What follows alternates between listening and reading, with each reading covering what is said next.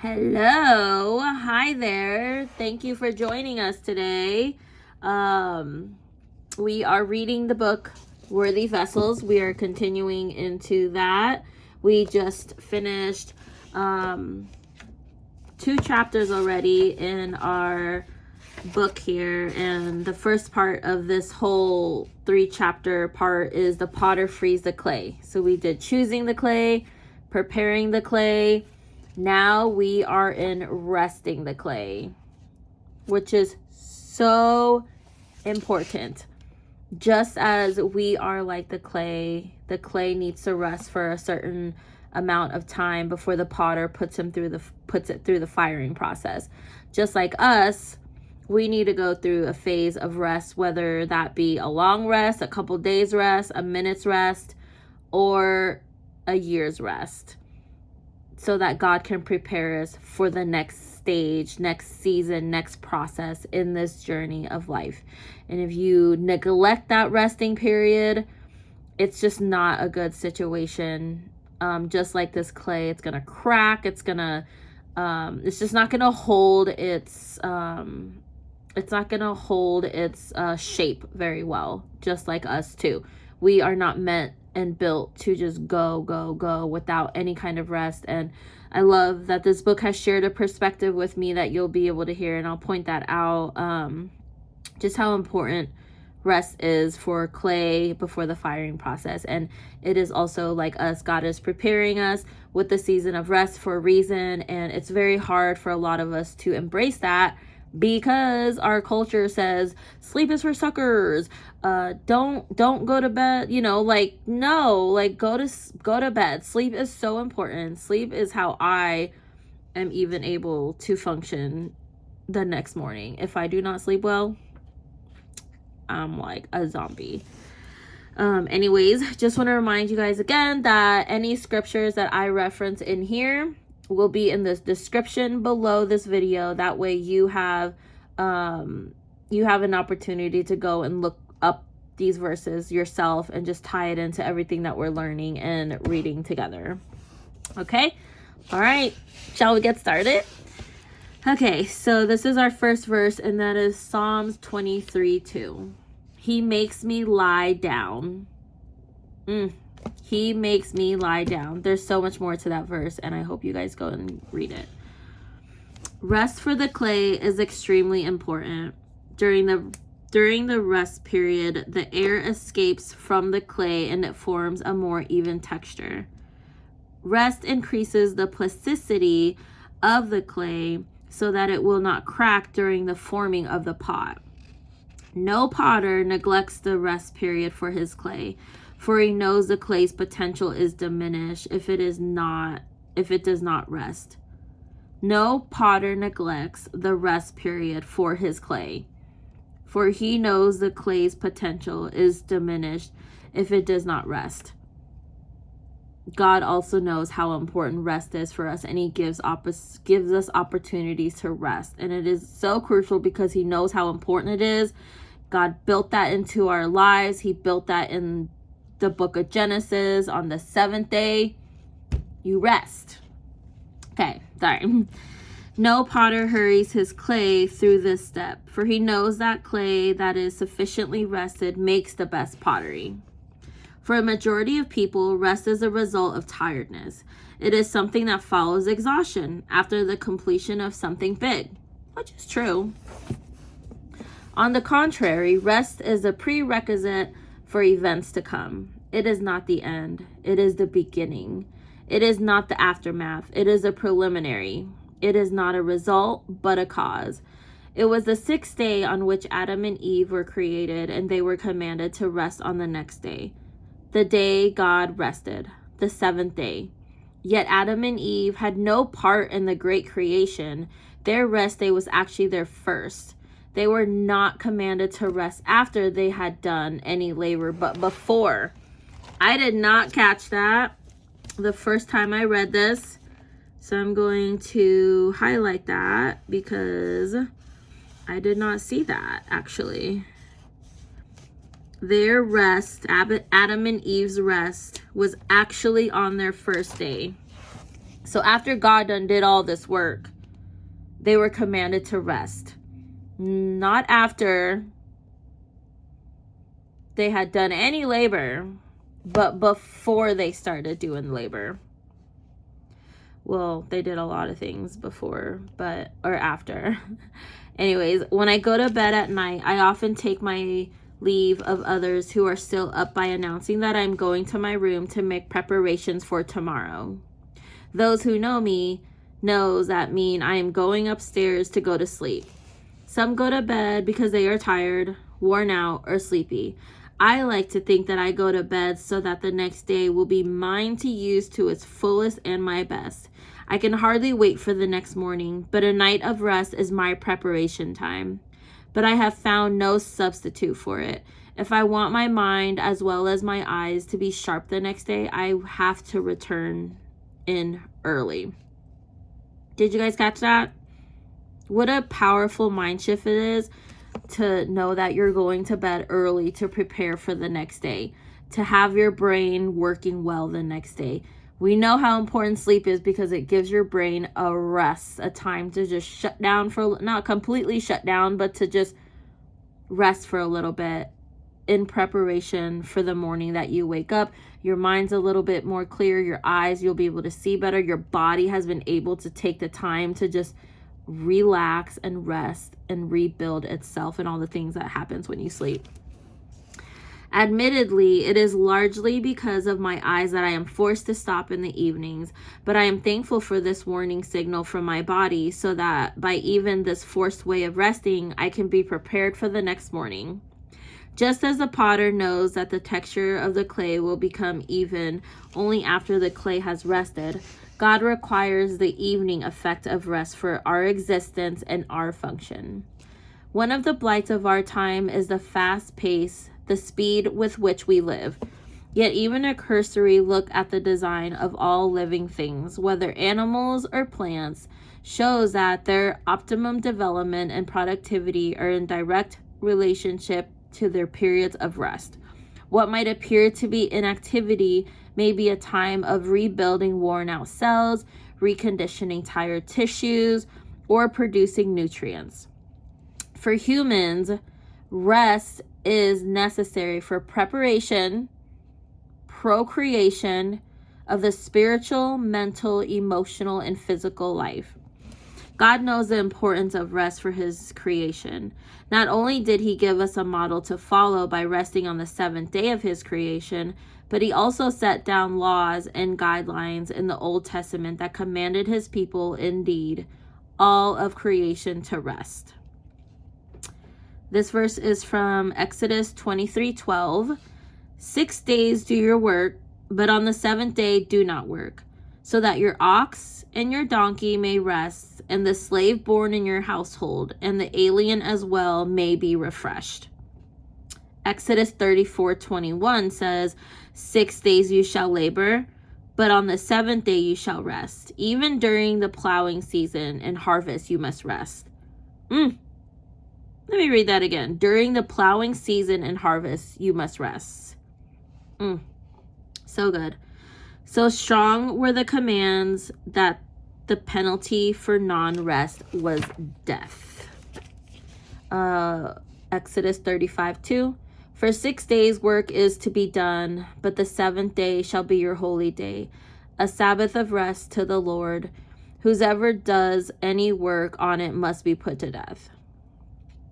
By disobeying the call to rest, people in today's society are subjecting themselves to the death penalty proclaimed in Exodus. Instead of using the Sabbath as a day of rest as God intended, people use the Sabbath as a day to catch up on their work or to squeeze in one more activity. It is no wonder that the same people find their lives overextended and overstimulated. It is no wonder that those who do not rest every seventh day find themselves with high blood pressure or headaches or heart conditions. God knows that our lives need the balance of rest and work, quietness and activity.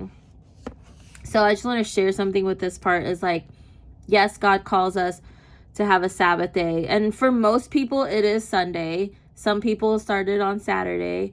But whatever day that you choose to cease from any kind of work, is your Sabbath day. And there's just such a healthy balance to be able to like rest and do nothing, because like I said earlier, our culture tells us to like, rest is for suckers. Like, no, it's not. Like, that's just such an annoying motto. But I just think it's very crucial for our bodies to just slow down and just to do what God says for us to do, and that is to delight in him and to cease from work. So he explicitly gave us a time to work and a time to rest. In the Old Testament, the Levitical laws even included a rest for the land. Every 7th year, or every 50th year, known to the Jews as the year of Jubilee, when they lived day to day rather than by harvesting and saving. For 6 years sow your fields, and for 6 years prune your vineyards and gather their crops. But in the 7th year the land is to have a Sabbath of rest, a Sabbath to the Lord. Do not sow your fields or prune your vineyards. Do not reap what grows of itself or harvest the grapes of your untended vines. The land is to have a year of rest. Whatever the yield lands during the Sabbath year will be food for you, for yourself, your manservant and maidservant, and the hired worker and temporary resident who live among you, as well as your livestock and the wild animals in your land. Whatever the land produces may be eaten. That is in Leviticus 25:33-7. By telling them to rest their land, the God of the universe offered people not only the chance to trust him, but also the chance to improve their lot. He said in Leviticus 25:21, I will send you such a blessing in the 6th year that the land will yield enough for 3 years. In countries where farmers ignore the 7th year of rest for their land, it is an interesting phenomenon of agriculture, that their vegetables are weaker in vitamin and mineral content than those vegetables that are grown on rested land. When farmers ignore the need of the soil to rest from producing the same crop or the same family of plants year after year, bugs seem to take over the plants, and the soil itself is depleted of certain nutrients and minerals necessary for its life. Soil that is overworked may be as pitiful as the human that is overworked. Death is the result. God's creation needs rest. God's creation needs rest. Even the construction engineer wisely allows rest time for the ground to settle the foundation of any building. Look at a gigantic skyscraper or any spreading piece of architecture in a modern metropolis and know that the ground beneath it was dug and mixed and scraped and poured, and then left to rest before building was continued. Rest is the stabilizer that gives balance to life. Rest is the stabilizer that gives balance to life. It is often in the resting that the remainder of life takes on meaning. Rests are deliberately written into music. They are a part of every great symphony. Without rest, there is no music, only noise. The most powerful speeches and the most dramatic moments, the best news commentaries, and the most effective readings are achieved not so much by eloquence as by the mastery of pauses. It is the empty spaces on a page, the rest between letters, that give form and meaning, that give words their identity. Without rest, there can only be chaos. Inexperienced potters often try to ignore the importance of resting the clay. In an attempt to move more quickly to the actual forming of the pot on the wheel, the potter lacking expertise and patience will skip the resting period only to find that the clay will crack while he is trying to form the pot. Clay that is not evenly textured will not hold up on the wheel. It will crack under the strain. How similar we are to the potter's clay. When our bodies are not given the proper test, both on a daily and a weekly basis, they start to break down. Without the proper balance of rest and activity, our lives begin to show cracks. when we are constantly ignoring the importance of rest and quietness, when we push ourselves to do more, to see more, to experience more, to be more, we can soon reach a breaking point. We need only read our newspapers and journals to know that the pressures faced by business executives, by harried parents at home with young children, and by university students often lead to heart disorders, ulcers, migraine headaches, any number of physical and mental disorders. Doctors warn against the dangers of stress from overly committed schedules or stress brought on by ceaseless activity. They all tell us to rest. Our bodies need time to even out, to stabilize, to balance out, or we, like the potter's clay, will crack. A doctor's advice to heart patients is slow down and rest. For diseases of the liver, the sophisticated world of modern medicine admits no cure. But doctors do advise nutritional food, chewed slowly, and rest, especially after eating, just as the sheep are made to do in the 23rd Psalm. Pathologists admit that medication, while easing the symptoms, can invoke liver damage, and the rest is the only successful recommendation. Rest and peace of mind are mandatory for the human body, yet many seem to fear stillness, silence, solitariness. Extended pauses in conversations are often considered painful lapses to be filled as quickly as possible. We fear the penetrating quality of silence. We cannot stand to be alone. We turn on the TV just for noise in the room, even if we are not watching it. To sit still and think of our own thoughts seems unheard of or something to be avoided at all costs, and the cost is high.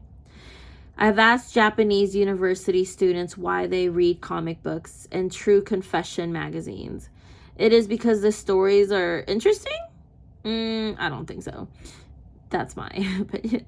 More than half of them say the stories are dull, but it is a way to kill time. They must fill the space.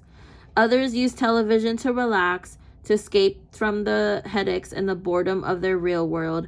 They transfer themselves from their personal situation and whereabouts to an adventure world that is no less complex than their own, and that, if they really were there, would be equally burdensome as their own. Such escapist fare, they say, is restful. There is a time to do and a time to rest from doing. There is a time to take in and a time to give out. Today, there are fewer and fewer of those who give out. Writers, artists, composers, inventors. Creativity requires space. It requires time to be silent, time to be alone. Are we losing the art of stillness, of thought and meditation, the art of resting? A few people may look forward to times of rest with eager anticipation, but most push themselves to their uttermost limits before giving in to a total weariness and exhaustion that demands they rest.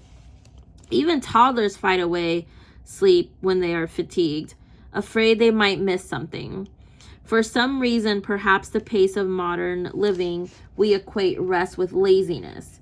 Yet this should not be. Rest is essential to our effectiveness. Rest is a positive and productive aspect of our lives. I will say on that is that a lot of the time in Asian culture, when you are like resting and chilling, you are considered a lazy bum. So I know there's a lot of other cultures that are like that too. And there are some people that literally say like, I like to keep going. I like to be active. I like to do all the things, which is fantastic for you. But I really hope and pray that you can just cease from that just for a day, even if it's for an hour, to just be still and to just process and reflect on your day. Like the thoughts are going to come and anxiety is going to come that you need to do this, you need to do that, you need to like numb your thoughts with music, with TV, whatever it is. Like, I want to challenge you to try and just sit in the silence. You don't got to do it for 24 hours, but just try it. I feel like there's such a strength that comes from that, but that's just me. We constantly tell others how busy we are, making it sound pretty clear that there is a little, if empty, space inside us or around us for their presence. Yet often the busiest people are the loneliest people in the world. When we leave no empty spaces for other people to enter our lives, we hurt them and ourselves. When God said, "Be still and know that I am God," that's Psalms 46:10. Did he foresee that we would become dependent on the noises and movements about us? Probably. God knows all and sees all. Did he know that we would wake up to a blaring alarm clock, rush around to get dressed, and gobble our breakfast to the frantic rhythm of television or radio? With pressures on every side to run faster, to go further, and to do more, are we in danger of neglecting one of God's vital commands? If so, are we paying the price for our failure to be still and to listen to our Father's voice? Even in our worship, we need to learn the value of stillness and, yes, of rest. Can we more fully and effectively worship God during a period of silence at the right moment than in the hustle of standing for this hymn and sitting for the hymn and rushing through to the announcements of all the next week's agenda? Many churchgoers have quit going, not because they quit believing, but because they could not stand the fast pace of modern worship and the hasty greetings of their friends who are always off to the next committee meeting. I suspect that much of the weight of busyness we carry is a cross we have built for ourselves. No matter how large and sophisticated the church or how small, there must be a time to rest as well as a time to work. For without rest, the inner growth of the church will be stunted and the body will malfunction. Can we learn a lesson from the potter and the clay? To give meaning to activity, to keep our lives in balance, to prevent our bodies and minds from cracking, we have to rest. In the quiet times, we will find wholeness, joy, and creative inspiration. Not only does the potter rest the clay to ward off the risk of cracking, but he also rests the clay so that it could be used for a higher purpose. As the clay rests for several days and the water gently permeates the particles of the clay, improving the plasticity of the mass, the potter finds that at the end of the rest, the clay is more pliable and ready to be shaped. We see ourselves in the metaphor. When we quiet our lives long enough to rest and be still before God, then he is able to shape and direct us.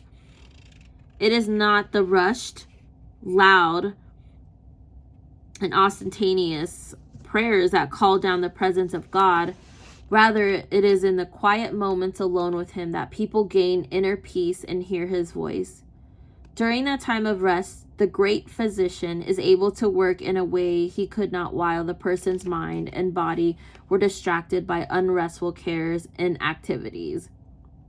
I have observed people resting in the spirit for 3 hours at a time, others for 2 or 3 minutes. Strange, but during that time, their minds could flash back to some disturbing episode that had happened to them years before. And Jesus could walk into that scene and make all things right. They had rest from it then and there. Recurring headaches as well as painful arthritis can be the result of a buildup of unforgiveness, and release from these sufferings can come with the spiritual matters dealt with, and there is rest from it. When there is rest from fear, guilt, pent-up anger, stinginess, resentment, and pride, many physical diseases are also cleared up, including hypertension, stomach ulcers, indigestion, schizophrenia, pimples, asthma, heartburn, just to name a few. This is from Matthew 11:28. Come to me, invited Jesus, all you who are weary and burdened, and I will give you rest. Where the human method is unforgiveness and grudges, which results in crippling and pain, Jesus's method is forgiveness and absolving of one's angers by bedtime, resulting in freedom and health. In Ephesians 4:26, it says, "Do not let the sun go down while you are still angry." Because our emotions directly affect our physical health, the Bible calls us to quiet our minds and rid ourselves of feelings that damage us. As up to date as the latest medical journals, the Bible notes that resentment kills a fool and envy slaves the simple. We can find that in Job 5:2. When we dare to follow Jesus, he will give us rest from these agonizing and murderous emotions. When good people do not take time to rest, to dream, to create, then people of worthless aims may take over. Read the life stories of the despots of history, and in each one you will find a person who recognized the power and value of quiet times to think, to plan, to rest. Chairman Mao Zedong, I hope I said that right. Chairman Mao Zedong, in his youth, led the peasant revolution in China, commanding his band of followers from place to place.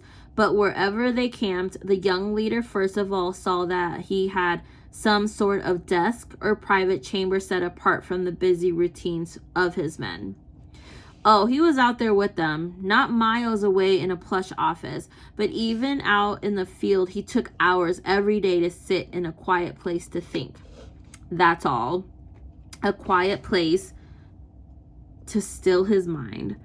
And he ruled a quarter of the world's population for a quarter of a century. And in very real ways, he continues to wield power from his grave.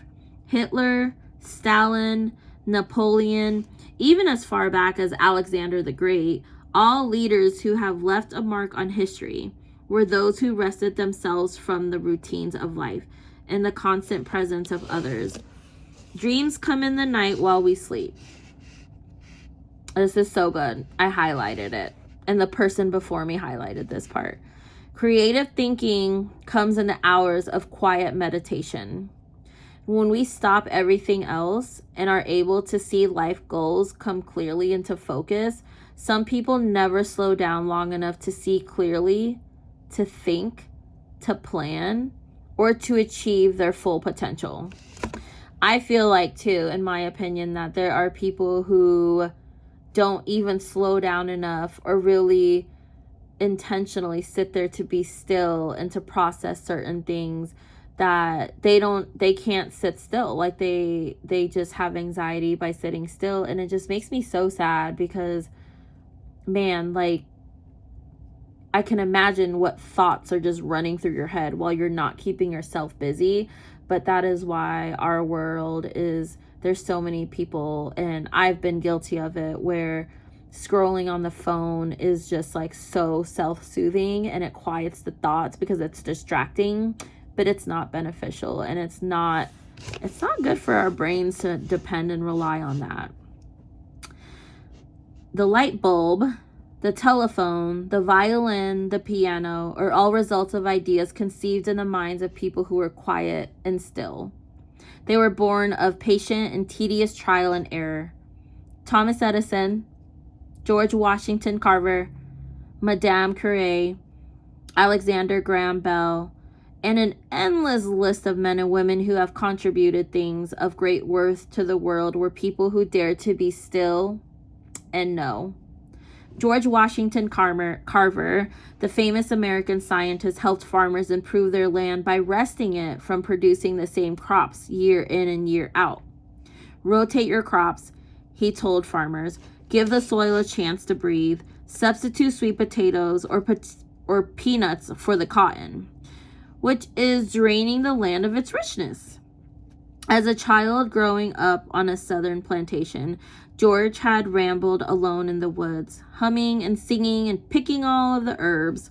In the later years of his life, after fame had become an annoying invasion of his privacy, he was approached one day by a news reporter who asked him for his philosophy of life. Dr. Carver gave the answer. I go into the woods, and there I gather specimens and study the great lessons that nature is eager to teach us. Alone in the woods each morning, I best hear and understand God's plan for me. The story is told that on one of his quiet solitary rocks in the woods, Carver stopped and prayed, "Lord, what is the universe really made for?" From somewhere within, he seemed to hear an answer. "That's too big of a subject for you, my son. Ask me about something smaller." A few minutes later, he asked, "Lord, what was man made for?"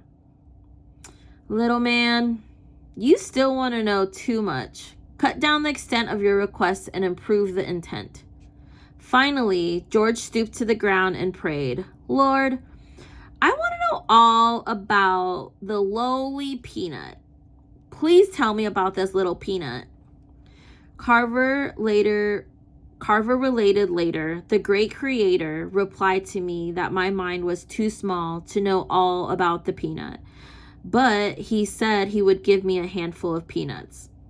And he reminded me that he had said, 'I give you every seed-bearing plant on the face of the whole earth and every tree that has fruit with seed in it. They will be yours for food. And to all the beasts of the earth and all the birds of the air and all the creatures that move on the ground, everything that has the breath of life in it, I give every green plant for food,' and it was so." We can find that in Genesis 1:29-30. And George Carver believed that it was so. He took his handful of peanuts into the laboratory and took them apart as he believed God had instructed him to do, separating the water, fats, oils, gums, resins, sugars, starches, amino acids, pectose, pentosan. "I looked at God again, and he looked at me," said Carver, "and I asked him again, 'Why did you make that peanut?' The Creator said, 'I have given you 3 laws, namely compatibility, temperature, and pressure. All you have to do is take these constituents and put them together, observing these laws, and I will show you why I made the peanut.' When the farmers became distraught with acres and acres of peanuts without a market, the aging Dr. Carver appeared before the House Ways and Means Committee in Washington, D.C., where he was given 10 minutes to appeal for help on behalf of the farmers. Almost 2 hours later, after he had displayed more than 145 useful products made from peanuts and 100 more from sweet potatoes, every congressman sat awed by the staggering variety of goods that could come from a lowly peanut. Flour, coffee, shampoo, ink, polishes, face cream, pickles, cheese, and other unimaginable things. Because of a restful and quiet walk alone in the woods, his belief in God, and meditative experiments and daring in the laboratory, George Washington Carver turned the tables so that the problem in 1921 was no longer to find a market, but to supply enough peanuts. There is power in being still. There is power in being still. In the spiritual kingdom, in the world of science and music, literature or medicine, to be still, to rest, is part of the process. Great composers sat and dreamed, and in their stillness, music floated up to them. Great works of literature were written by those whose minds grew sensitive to nature in quiet stillness, by those who learned to shut out the world to communicate with the depths of the human heart. It is in the stillness that we hear the voice of God, through times in which we are forced to rest. God shapes us and uses us. George Frederick Handel went through a prolific period in his career. Then he hit a slump.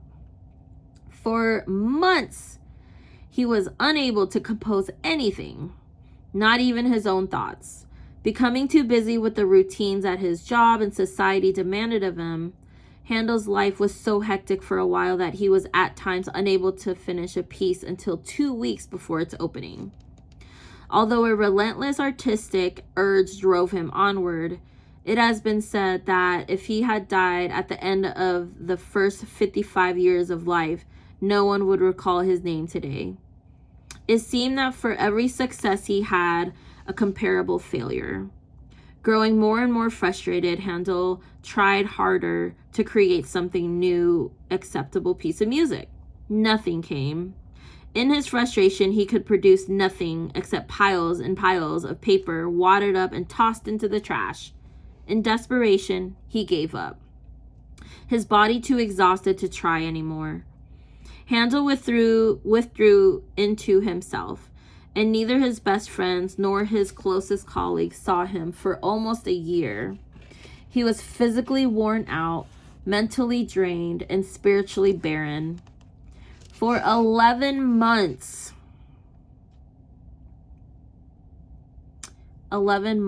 he rested from composing. Then one night, as he lay stretched out across his bed, almost sleeping, he began to hear long, beautiful strains of music floating up to his ears. He lay still and listened. Where was it coming from? What was it? It sounded new to his ears, fresh and magnificent. He sat up and started to write what he heard.